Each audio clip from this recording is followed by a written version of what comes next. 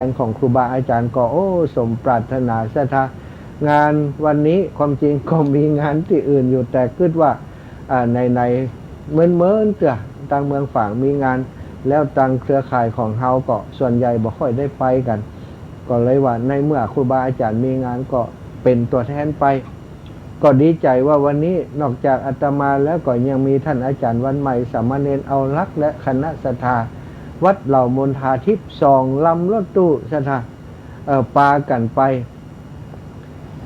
ส่งน้ำพระธาตุกับครูบาอาจารย์หลวงปู่พระครูสุจิตตานุรักษ์โดยการนำของท่านอาจารย์วันใหม่ท่าน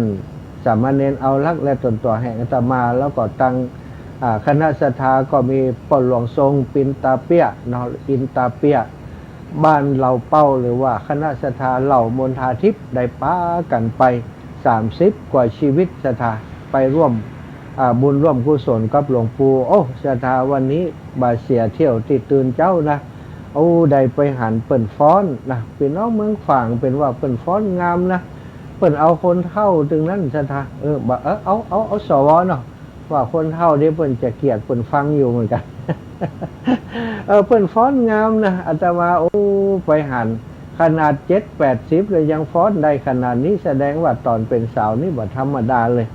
ก็ได้ไปขออนุญาตหลวงปู่พระครูสุจิตตานุรักษ์หลวงปู่อันบันทึกเป็นวิดีโอถ่ายทอดสดได้ก็บันทึกภาพแล้วเอาเต็มที่เลยว่ะดีใจที่ไปบันทึกภาพเพื่อก็เลยได้ถ่ายรูปถ่ายภาพไว้ที่เปิ่นฟ้อนเปิ่นลำมันรู้สึกพอแล้วมันมีความสุขศรัทธาได้หันคนเฒ่าคนแก่เปิ่นออกกำลังกายด้วยการฟ้อนการลำรักษาศิลปะวัฒนธรรมตั้งเหนือของเฮาและที่สำคัญก็คือไปฟ้อนหน้าที่ประดิษฐานเนาะของบัลลังก์ของพระเจ้าตนหลวงตีม่อนปีนท่านน่ะฟ้อนเป็นพุทธบูชาก็ถือว่าเป็นบุญเป็นกุศลเนาะการที่เปิ่นฟ้อนก็ดีเปิ่นลำก็ดีเปิ่นสวดมนต์ไหว้พระก็ดีศรัทธาญาติโยมเป็นที่มาของการทำให้คนเฒ่าสุขภาพดีการที่จะมีสุขภาพดีสิ่งสำคัญคืออารมณ์ต้องดีก่อนเนาะคนอารมณ์ดีนี่จะสุขภาพดีศรัทธาแต่ถ้าคนอารมณ์บดีขี้เข่งขี้เกียจขี้เกียจขี้โกรธเนี่ยอารมณ์บดีอย่างนี้สุขภาพดีจะได้ก็ตามสุดท้ายก็จะกลายเป็นคนที่อยู่บ่มีความสุขบ่ม่วนบ่นั้นไปหันคนเจ้าเท่าตั้งเมืองฝางเป็นว่าเป็นม่วนเป็นนั้นตั้งแฟนรายการมาติดตามแหมละ มาแหม2 คนศรัทธานะนี่จัดรายการสดอยู่เด้ออีแม่นั่งฟังด้วยเปิ่นไปสดเต้ามานั่งด้วยกันไปเก้าอี้นี่แหมตัวนั่งฟังด้วยพี่น้องตั้งบ้านไปอาจารย์จะจัดรายการชั่วโมงนึงนะบัดเดี๋ยวนี้ได้10 กว่านาทีละเดี๋ยวนั่งฟังเดี๋ยวค่อยอู้กันเดี๋ยวค่อยอู้กันนั่งฟังก่อนนะก็ได้ไปพบปะกับศรัทธาพี่น้องที่เมืองฝางเนอะศรัทธาอาตมาตื่นตั้งแต่ตี 3นะตื่นตี 3แล้วก็ออกเดินทางจากวัดทุ่งโป่งตำบลเมืองปานอำเภอเมืองปานจังหวัดลำปางบ้านเกิดของอาตมาวัดที่อาตมาบวชก็ได้ออกเดินทางก็กลัวบัดตันเพื่อนนะออกเดินทางตี 3คือคนขับรถบัดเดียวรับอยู่อินดูเพื่อนออกตี 3มาก็มาถึงแม่สวยมาถึงเวียงป่าเป้าแม่สวยถ้าก็นี่ประมาณตี 5ตี 4ตี5ตี 4ปลายเท่านั้นก็ไปถึงเมืองฝางประมาณ6 โมงปลายมีเวลาเจ้าอยู่ก็เลยแวะไปหาญาติโยมน้องหนุ่งส่งซองเปียไอใต้หัวตีบ้านสันต้นดูสันต้นดูสันทรายคลองน้อยนะปู่สันต้นดูหมู่ที่12ก็ได้ไปเลยไปลวดฉันเจ้าตีหั่นเปิ่นเนี่ยก๋วยเตี๋ยวเสร็จพอดีก็ไปฉันก๋วยเตี๋ยวร้านก๋วยเตี๋ยวในบ้านนี่ว่ะเป็นก๋วยเตี๋ยวดังอีแม่ไปฉันก๋วยเตี๋ยวในฮันก็พอดีว่าศรัทธาจากวัดเหล่ามนทาทิพย์โทรมาท่านอาจารย์อยู่ที่ไหนกำลังมัมก๋วยเตี๋ยวอยู่เปิ่นว่าเฮาก็หิวแล้วทอดชาเจียมอย่าก็เลยว่ามาปากันหุ้มเข้าไปร้านก๋วยเตี๋ยวฮันศรัทธา30 กว่าคนวันนี้ร้านก๋วยเตี๋ยวนี่จบดีญาติพี่น้องเหมือนกันของเฮานี่ฟรีแต่ว่าคนอื่นเขาก็บอกว่าต้องเอาตังค์ของก้อนอันเขามีทุนเนี่ยต่อเนาะก็ได้ไปฉันก๋วยเตี๋ยวเรียบร้อยแล้วศรัทธาก็ได้เดินทางไปที่วัดม่อนปินเนอะไปม่อนปินศรัทธาญาติโยมไป ไปถึงชุกละหุกเกือบบัดตันเปิ้นเพราะเป็นเวลาที่เปิ้นประกอบพิธีตั้งศาสนาพอดีครูบาอาจารย์พระสงฆ์องค์สังฆเจ้าที่เมตตามาประกอบพิธีประมาณ6-70 รูปล้วนแต่เป็นพระเถระและพระอนุเถระเนาะมาร่วมกันที่หั่นโอ้หลวงปู่เปิ้นยิ้มเยาะหันศรัทธาพี่น้องโอ้มาหามากันกี่คนมู่หลวงปู่มา2 ตู้กันนะเปิ้นดีใจก็ได้ได้จากันแล้วก็บันทึกภาพได้ไลฟ์สดไปให้ศรัทธาที่ฟังดูแลไลฟ์สดจากFacebook ของอาตมาก็ได้หันไปแล้วแต่เจ้าเนาะเสร็จเรียบร้อยพิธีเสร็จเรียบร้อยศรัทธาญาติโยมโอ้ก็มีศรัทธาเท่าแก่อีพ่ออีแม่ทั้งหลายที่เปิ่นฟังรายการโยมแม่จงดีโยมคุณโยมกนกพิชัยนาแม่จันศรีสุขาแม่บัวพัดกุหลันคุณโยมหลายท่านนะหลายท่านเยอะไปหมดเข้ามาหามาไวมาสามามาจากกันเพราะจะบ่ได้ฉันเข้าก็ว่าขอเวลาฉันเข้ากำเตะนะฉันเข้าเรียบร้อยก็ได้มาฮื้อศีลฮื้อปอนศรัทธาญาติโยมที่เปิ้นให้เปิ้นหอมมาก็มีหลายท่านด้วยกันที่ให้หอมมาศรัทธาญาติโยมขออนุญาตประชาสัมพันธ์ให้ท่านได้รับทราบเนอะก็มีศรัทธาที่เปิ้นร่วมบุญไปส่งน้ำพระธาตุติดย่ามมณีก็เดี๋ยวจะต้องส่งไปให้หลวงปู่แล้วเนอะโอนไปเอาติดย่ามแต่เจ้ามัวแต่กันแล้วก็เลยบ่ได้เอาให้หลวงปู่สักกรรมศรัทธานางอุษาชัยเลิศพร้อมครอบครัวนางธนวรรณนางกรศิรินางสาวทารีรัตนาใหญ่พร้อมครอบครัวร่วมบุญส่งน้ำพระธาตุตะฮือบ่ฮู้อันนี้ก็เดี๋ยวจะโอนไปให้หลวงปู่แล้วก็ศรัทธานางธนวรรณนางกรศิรินางสาวทารีรัตนาใหญ่ร่วมทำบุญการเดินทางเป็นก้าพันนะของอาตมาภาพวันนี้ก็ได้ก้าน้ำมันแล้วล่ะนะอีแม่ศรัทธานางอุษาชัยเลิศพร้อมครอบครัวร่วมทำบุญเดินทางของพระคุณเจ้าอันนี้แหมซอง1โยมแม่จันทรีสุขาแจ้งหัวลิ้นฟางอันนี้บอกเขียนระบุไว้เอาซื้อขนมก็ได้แม่ชวนพิษแก่นวนแกนวลก็ว่าแก่นวนบอกว่านะว่าอย่างไรก็ได้แม่ชวนพิษก็แล้วกันถวายมาอย่างก็ได้พ่อสมแม่บุญปันตาเหียงบ้านห้วยงูในเนอะบำรุงกับน้ำกับไฟมาแหมซอง1พ่อสุชาติแม่บัวพันธ์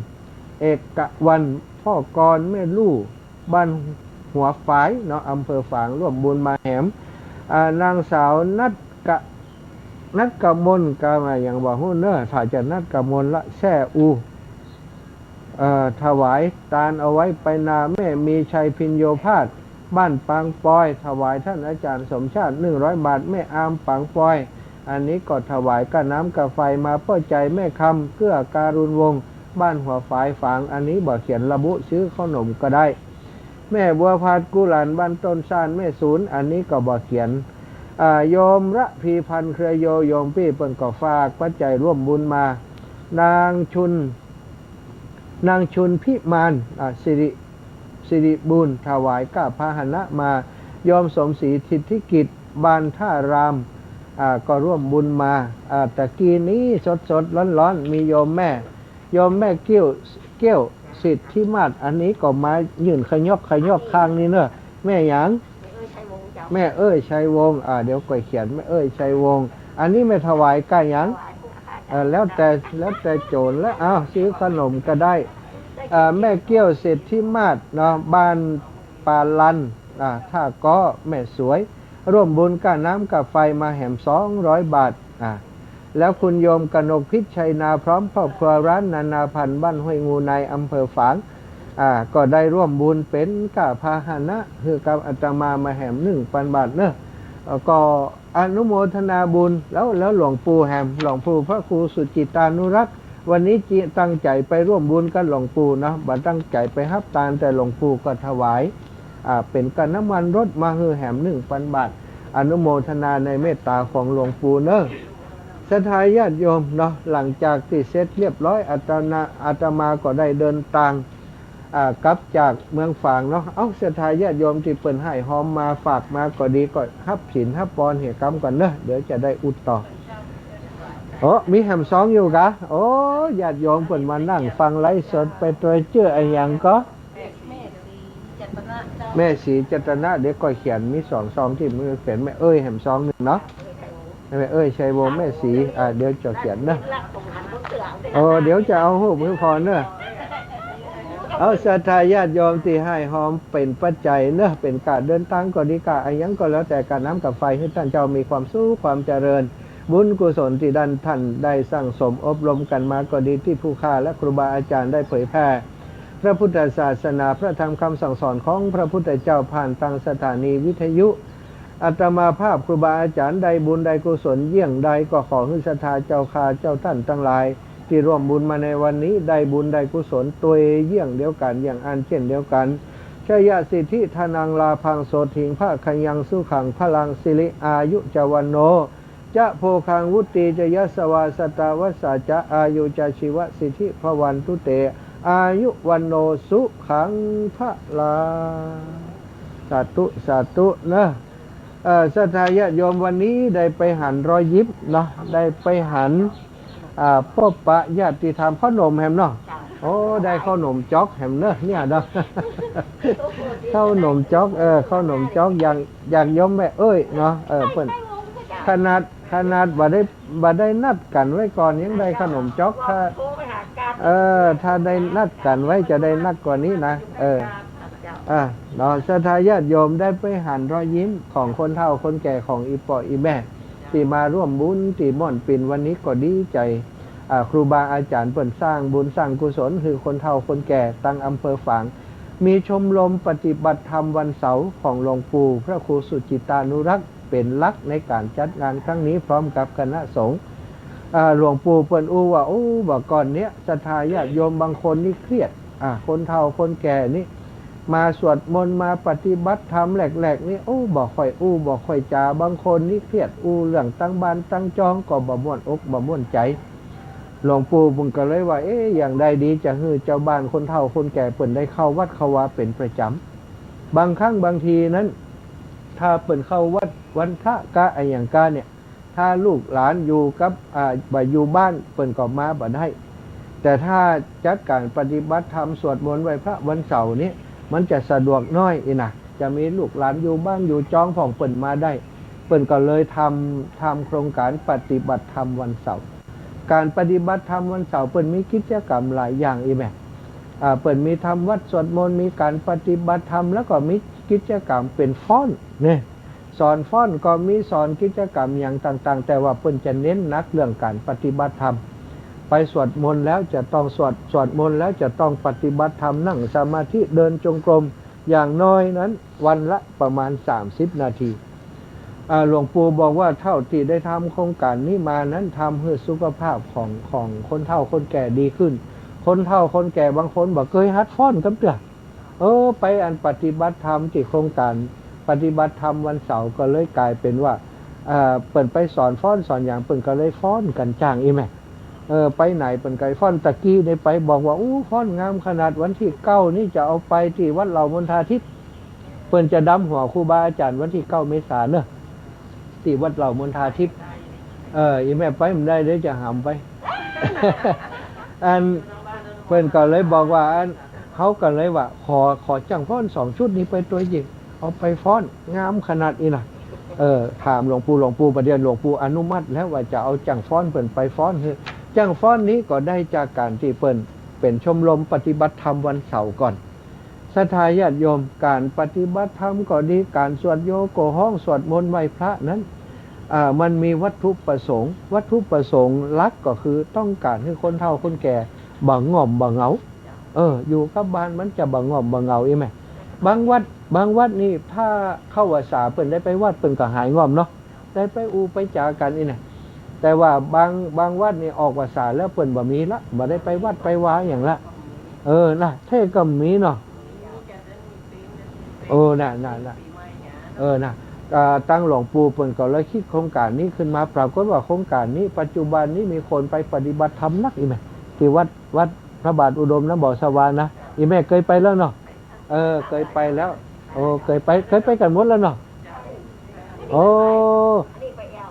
เดี๋ยววันที่21ไป21เดือนหน้าเนาะวันเกิดของหลวงปู่นะ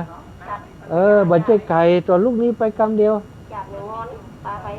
น่ะเนาะ พ่อก็รวยเลยไหวกูว่าเจ้าสาธุเนาะเพิ่นบอกว่าหลวงปู่บอกว่าทำให้เจ้าบ้านสุขภาพดีขึ้นบางคนนี่เป็นโรคซึมเศร้าเป็นโรคที่คือบางคนนี่ลูกเต้าบ่อยู่ตัวแล้วแล้วก็เหลือกับตัวเก่าอีกนะเป็นคนที่ซึมเศร้าเป็นคนที่งอมเงาโอ้พอไปอยู่อย่างนั้นเปิดมีกลุ่มมีเปื่อนมีฝูงอีกไหมมีกิจกรรมเปิ่นกับป้ากันไปเนี่ยโอ้เป็นลูกตุลูกข้าเนาะสิ่งสำคัญการไปสวดมนต์นี่สิ่งที่ได้สิ่งแรกก็คือสุขภาพดีเนาะอีแม่สวดกันก็ถ้าสวดนะอีแม่บอกว่ามีหลายโรคเลยแม่เกี้ยวนี่บอกว่าอีแม่มีหลายโรคนับป๊อบบอกครบอีกอะนับป๊อบหลงอีกอะโรคโอ้ไปขออย่างนั้นเนาะสุขภาพดีเหมือนกับหันหน้าอีแม่แล้วเหมือนกับคนมีโรคแสดงว่าเปิ่นสวดมนต์เป็นประจำสิ่งแรกก็คือสุขภาพดีคนสวดมนต์ข้อที่สองคือบ่ค่อยเป็นคนที่บ่ค่อยเครียดเนาะบ่ค่อยเครียดเป็นคนที่ผ่อนคลายเป็นคนที่มีข้อที่สามการสวดมนต์ทำให้เขามีศรัทธาเพิ่มศรัทธาเพิ่มก็คือเขาศรัทธาในพระพุทธเจ้าพระธรรมพระสงฆ์อยู่แล้วถ้าเขาสวดมนต์ถ้าสวดมนต์แปลได้ซ้ำดีเพราะมันแปลเขาเข้าใจเนาะถ้าอีแม่สวดได้มันม่วนนะวันหลังเอาอ่านหนังสือได้อยู่โอ้บักเก่งแหละวันหลังเอานั่นเอาสวดมนต์ที่เปิดนั้นเปิดแปลใน YouTube นะเปิดแปลใน YouTube นี่ก็ดีนะแล้วคนสวดมนต์นี้เปิดว่าจะมีความอดทนบ่อดทนมันนั่งมันเม็ดบ่ได้นะเนาะนั่งเมินบ่ได้แต่สวดมนต์นี่ต้องอดทนโอ้เนาะนั่งสวดมนต์จะมีความอดทนข้อที่สี่ข้อที่ห้านั้นเป็นคนที่มีจิตใจตั้งมั่นเป็นสมาธิคนที่สวดมนต์บ่อยๆนะจิตใจตั้งมั่นเป็นสมาธิง่ายนี่ไผ่บุญขยุกมานี่โอ้โยมน้องสมพินเจริญปอนโยมน้องสมพินมาเดี๋ยวนี้อาจารย์จัดรายการอยู่ที่บ้านอีแม่นี่แม่เกี้ยวสิทธิมาศนี่บ้านปาลันนี่จัดนั่นก็อย่างอีนะวันนี้จัดรายการแล้วประมาณน้องสมพินทุกปีจะจัดรายการแล้ว16 นาฬิกา4 โมงจัดรายการแล้วก็จะปั่นป้อนให้เปิ้นแล้วก็จะสดไปหาแม่มอนกันไปถึงปุ่นจากนี้ไปบ้านแม่ต่ำสักกี่กิโลแม่ต่ำโอ้บักไก่อย่างอี4 โมง20 นาทีเจ้า4 โมงเช้าถึงเจ้าสาธุเจ้า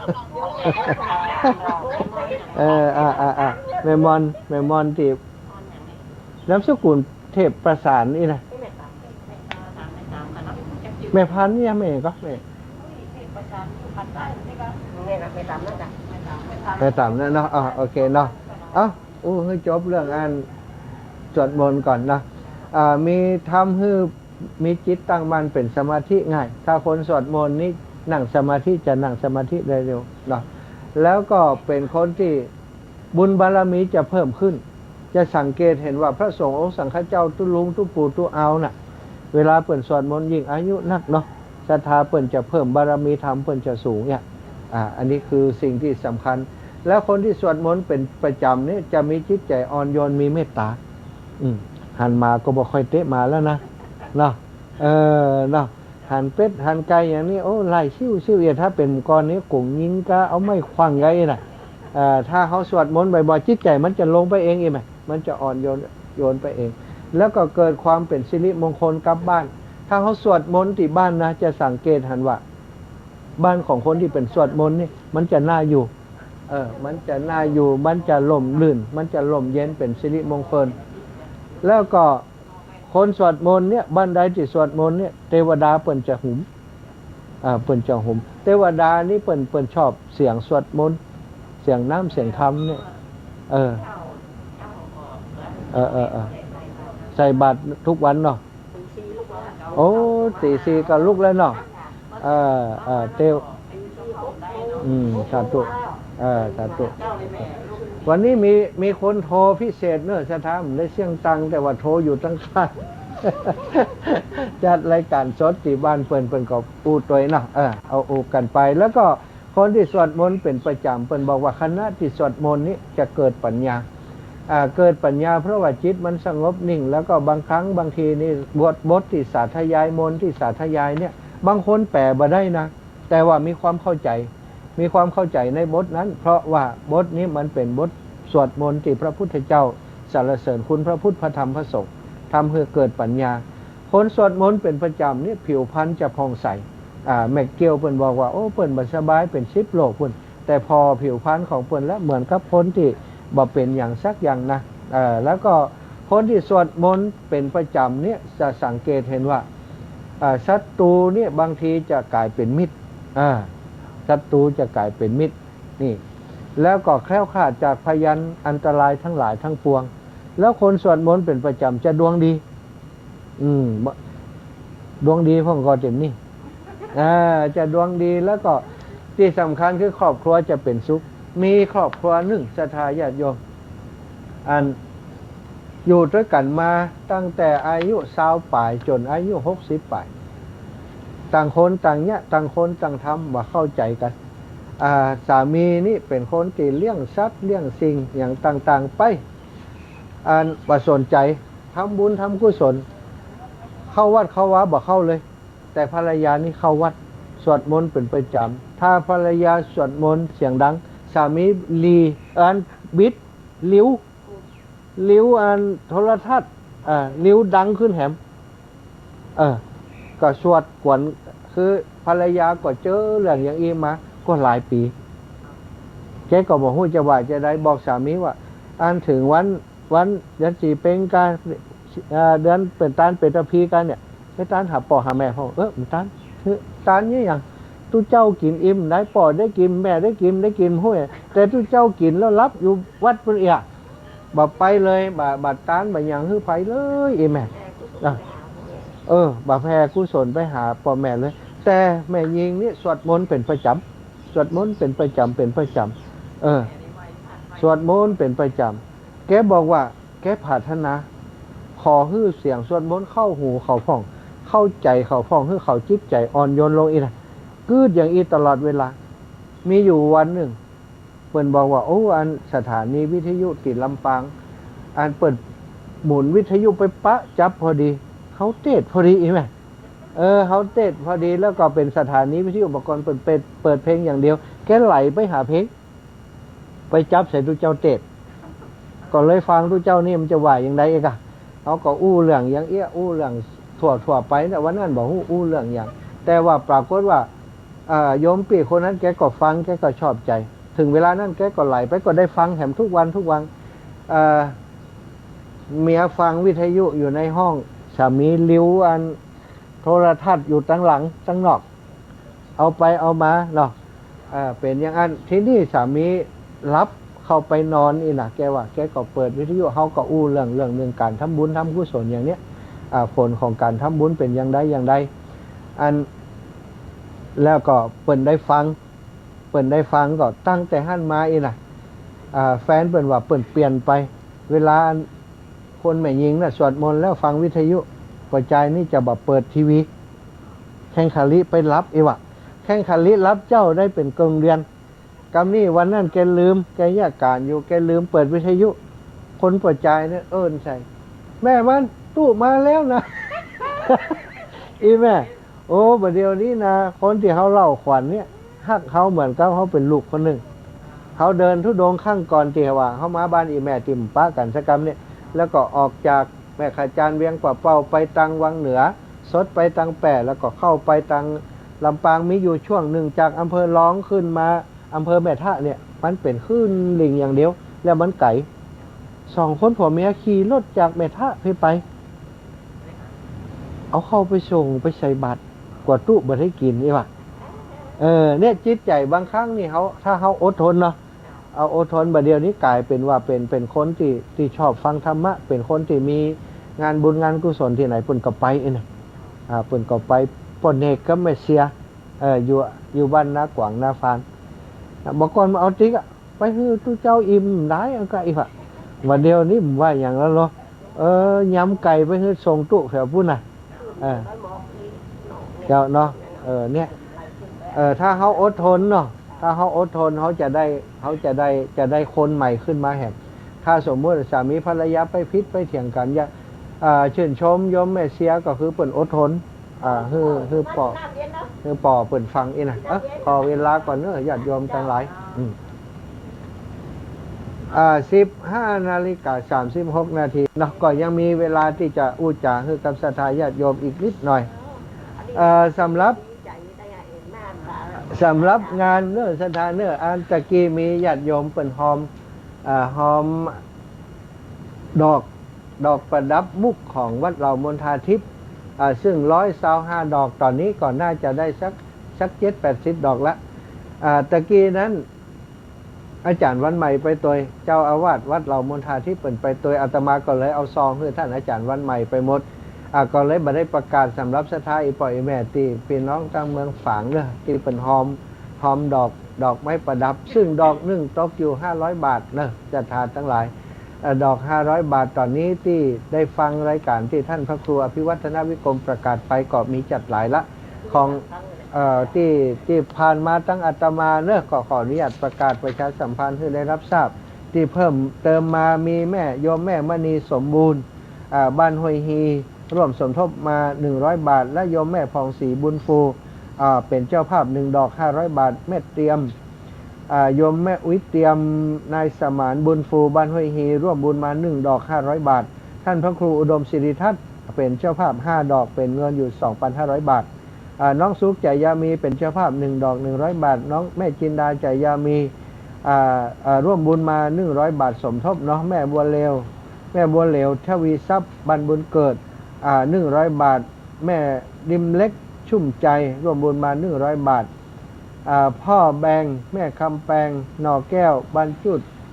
หลวงหมู่5 100 บาทพ่ออูดแม่วันเพ็ญโยซิตบรรจุดแหม100 บาทพ่อคำแม่ตุ๋ยแปงจิตบรรจุดหมู่10 100 บาทแม่ย่าบอมคุณศรีเป็นเจ้าภาพ1 ดอก500 บาทเนอะโยมแม่นิตยาจินดาปลูกร่วมบุญมาแหม1 ดอกเกาะ500 บาทแล้วก็มีที่ร่วมมาเป็นคณะน้องคำสุขโยธินกมลชนกโยธินแม่สมศรีชิมรสคุณโยมพนิดากวนคำแล้วก็คุณโยมรัตนาธาเรือนรวมกันมาได้1 ดอกนะแล้วก็คุณอรุณใจแก้วแดงแม่สุชดาเทพจันตาแม่บัวเขียวสูติวงศ์อันนี้ก็รวมสมทบกันมาคนละ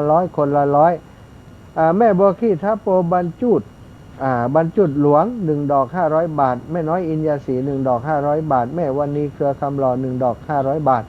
แม่บัวเร็วชัยอุดนะสมทบมา100 บาทแม่คำจันทร์ศรียศนะสมทบมา100 บาท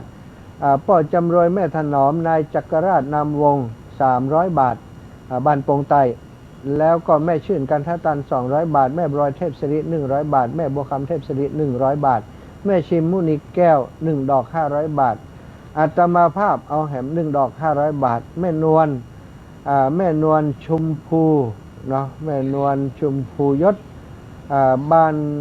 ห้องกอกแหม500 บาทแม่คำแต้มคมแหม500 บาทนะโยมแม่นวลร่วมมากับลูกหลานของเปิ้นตัว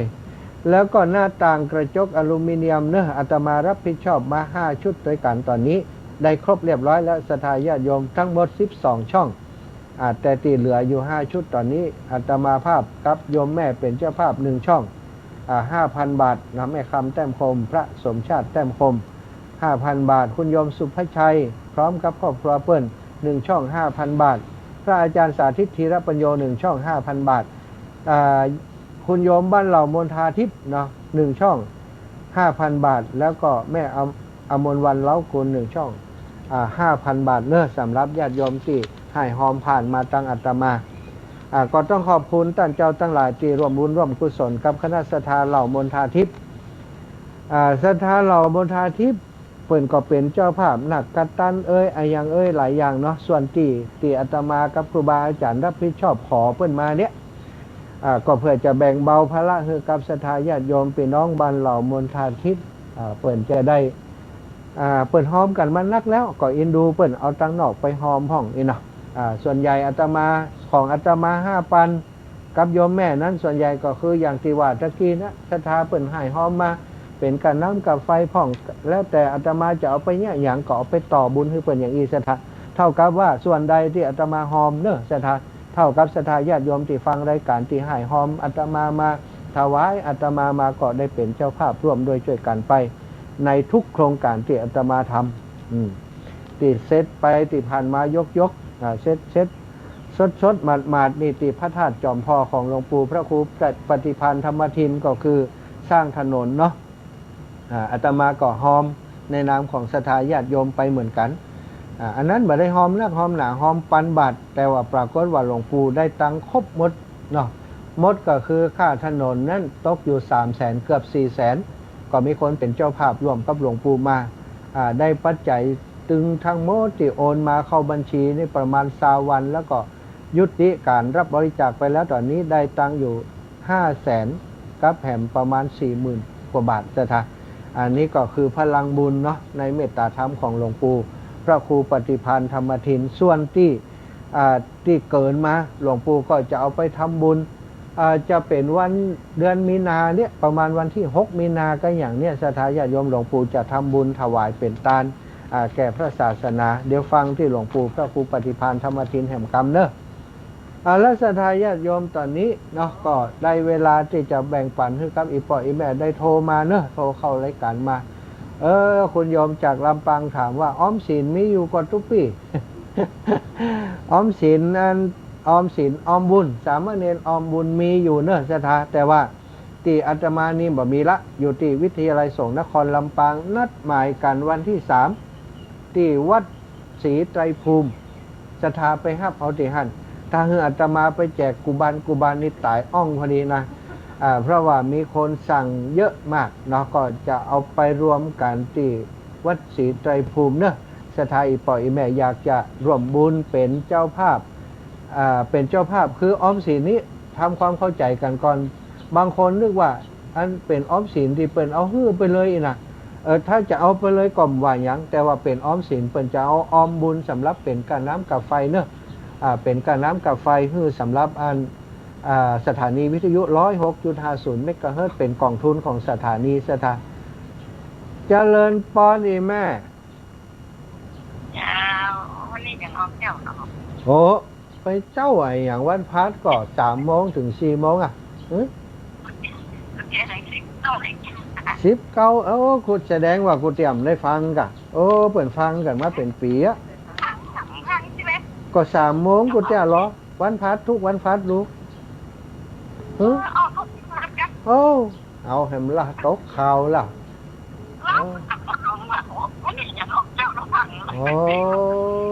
เราเปิดออกทุกวันพัดโลเดี๋ยวเขาออก1 ชั่วโมงเดี๋ยวชั่วโมงหลังนี่ท่านอาจารย์พระครูสิริธรรมบัณฑิตแม่เจ้าขอบคุณอีแม่เด้อเจริญปอนโยมแม่นวลเจ้าวันศาสตร์เจ้าแม่พี่น้องบ้านกำแพงหินเจ้าเดี๋ยวนี้บัดเดี๋ยวนี้อยู่ให้นี่แม่บ้านป่าลันบ้านโยมแม่เกี้ยวสิทธิมาศบ้านป่าลันตำบลท่าก้อแม่สวยเชียงหายโอ้พูดกันนะเจ้ามาใจไฟบ้านเปิดนี่บัดเดี๋ยวนี้มาเสียบปลั๊กแล้วก็ออกอากาศอยู่นี่อีแม่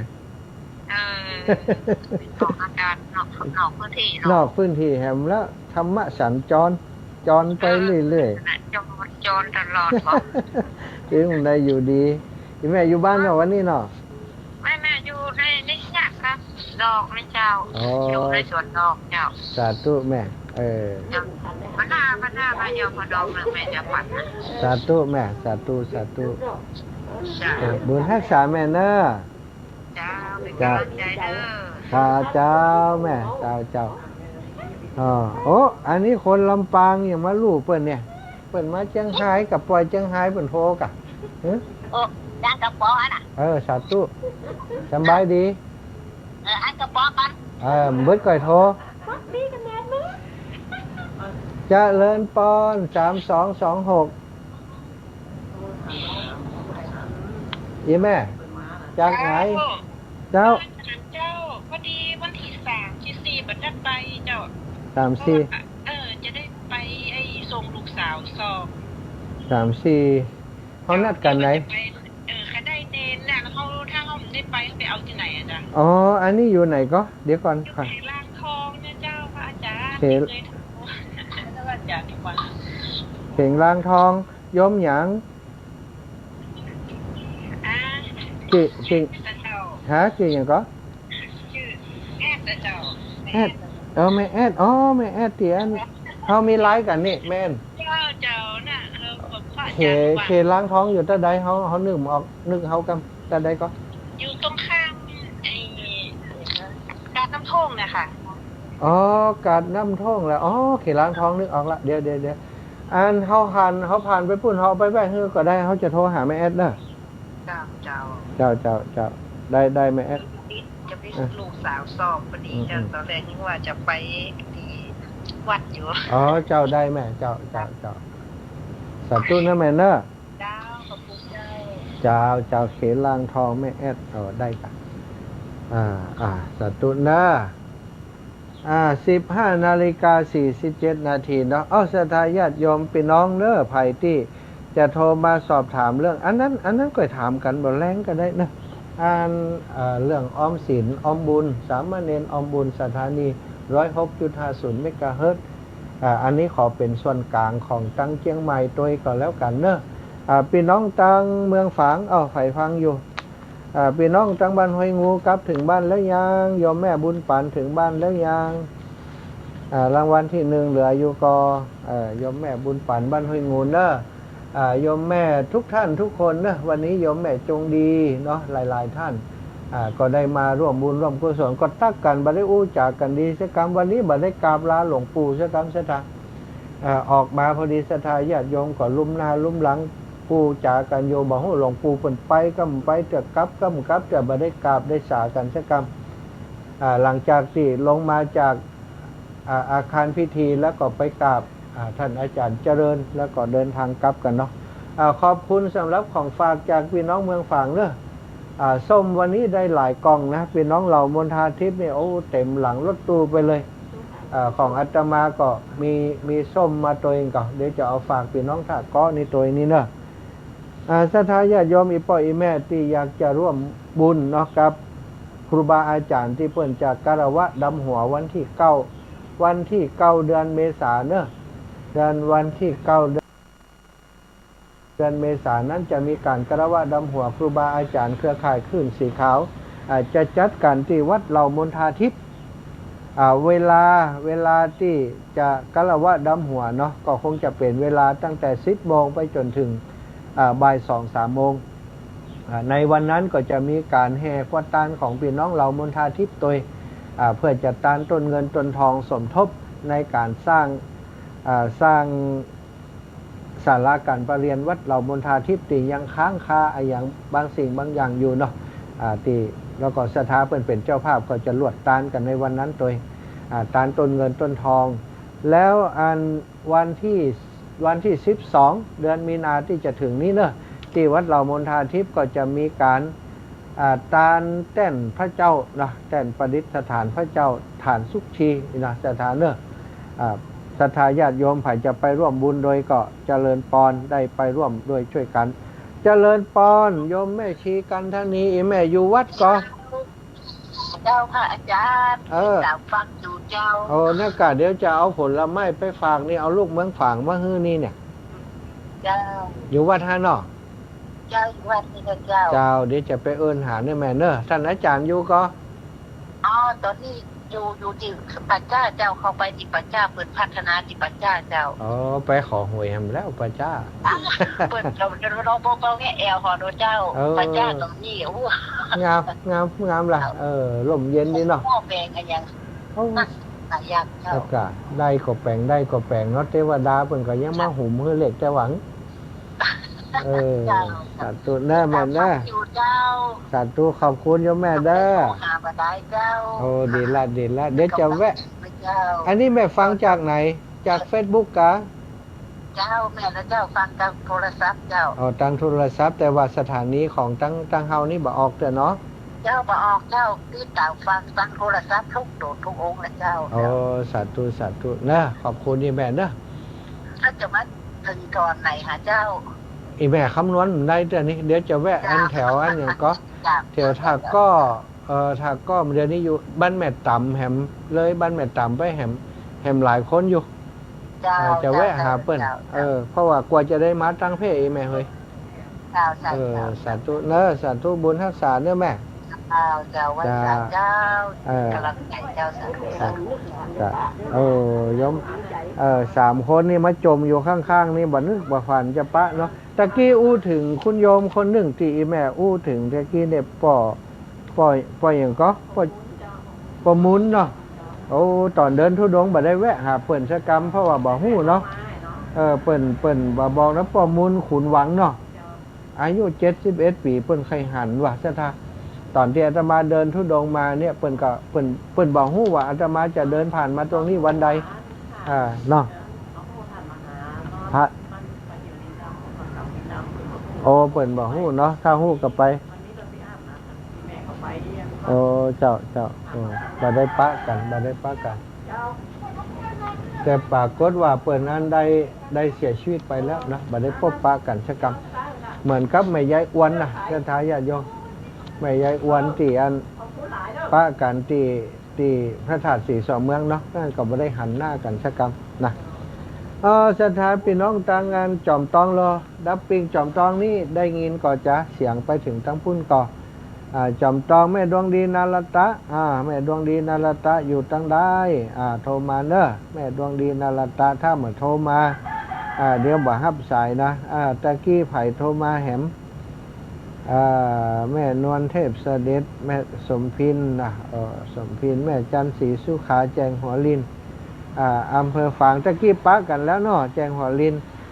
วันนี้บ่ปะพี่น้องตังแม่อายพี่น้องตังแม่อายบ่มาเนาะ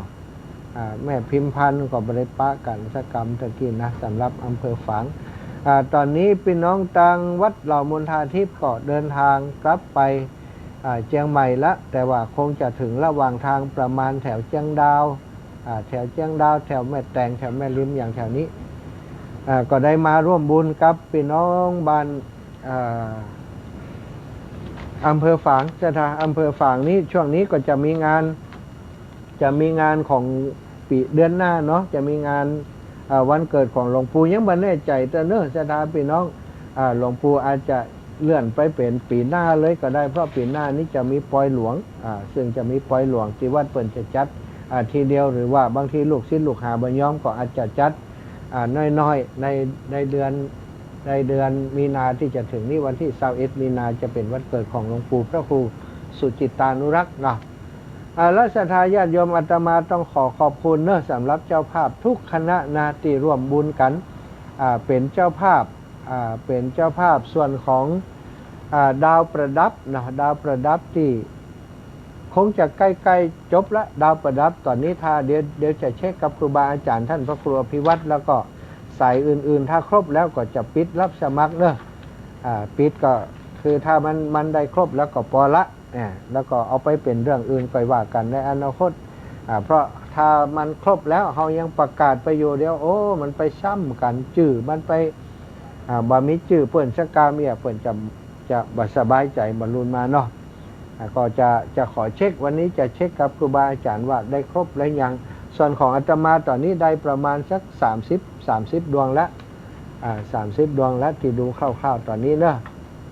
ก็ต้องขอบคุณทุกท่านที่ได้ประกาศชื่อเสียงเรียงนามไปตลอดถึงวันนี้ที่ได้รับการต้อนรับครับสู่ดูแลจากพี่น้องต่างอำเภอฝางจังหวัดเชียงใหม่ของเฮาญาติธรรมญาติสนิทมิตรสหายก็เกิดจากการที่ได้ฟังรายการด้วยกันที่หลวงปู่เพิ่นได้เมตตาเชื่อมสัญญาณจากคลื่นสีขาวเพื่อชาวประชาเอาครูบาอาจารย์จากตั้งเวียงป่าเป้าออกอากาศก็สดออกตั้งเมืองฝางพี่น้องตังลำปางครูบาอาจารย์ที่ลำปางออกอากาศที่ลำปางเพิ่นก็เกาะสัญญาณไปตังเมืองฝางแล้วก็แลกชั่วโมงกันบางครั้งบางทีตังลำปางก็เกาะของหลวงปู่มาตังเชียงใหม่ตังเชียงรายก็เช่นเดียวกัน อันนี้เปิ้นเรียกว่าเครือข่ายคลื่นสีขาวเนาะศรัทธาญาติโยมคนที่ฟังก็มีนักมีหลายฟังก็โทรก็มีฟังแล้วบ่โทรก็มีเนาะฟังบ่ได้อย่างอีแม่นี่3-4 คนนั่งอยู่ปังข้างนี้บ่ค่อยได้โทรบ่ตันล่ะโทรยกคือเปิ้นเห็นเนาะฟังอย่างเดียวส่วนใหญ่ก็ฟังอย่างเดียวเนาะแล้วเนอะศรัทธาญาติโยมวันนี้อาตมาได้จัดรายการนอกสถานที่ก็ได้มีศรัทธาญาติโยมเปิ่นได้โทรเข้ามาขอบคุณแม่อุ้ยแม่ชีกันธานีลุ่มวัดพระธาตุจอมพรแล้วก็โยมแม่แอดเนอะหมู่บ้านเขลางทองและโยมแม่น้อยท่าโทกแล้วก็โยมแม่น้อยทางอาสาจากบ้านท่าโทกโยมแม่นวลเทพเสด็จจากบ้านกำแพงหินอำเภอดอยสะเก็ดโยมแม่แก้วบ้านกาดโป่งอำเภอเมืองจังหวัดลำปางโยมน้องสมพินบุญธาเนาะบ้านแม่ตามท่าเกาะก็ได้โทรมามาจ๋ามาคือกำลังใจกันในช่วงนี้ช่วงต่อไปศรัทธาญาติโยมจะได้เจอกับครูบาอาจารย์ของอาตมาท่านพระครูสิริธรรมบัณฑิตผู้อำนวยการวิทยาลัยสงฆ์นครลำปางจะเข้ารายการจากนี้ไปคือตั้งแต่16 นาฬิกาถึง 17 นาฬิกาเนอะก็คอยติดตามกันต่อไปสำหรับค่ำวันนี้บ่ายวันนี้อาตมาภาพขออำนวยอวยใจให้ศรัทธาเท่าแก่อีป่อยอีแม่ตั้งหลายติดตามรับฟังรายการสารธรรมยามบ่ายในวันนี้คือท่านเจ้าตั้งหลายทุกผู้ทุกท่านทุกผู้ทุกคนมีความสุขความเจริญขึ้นมุ่งมา่ปรารถนาสิ่งหนึ่งประการใดเป็นไปโดยชอบประกอบด้วยธรรมขอความปรารถนาของท่านจงสำเร็จอายุวันโนสุขังพระลัง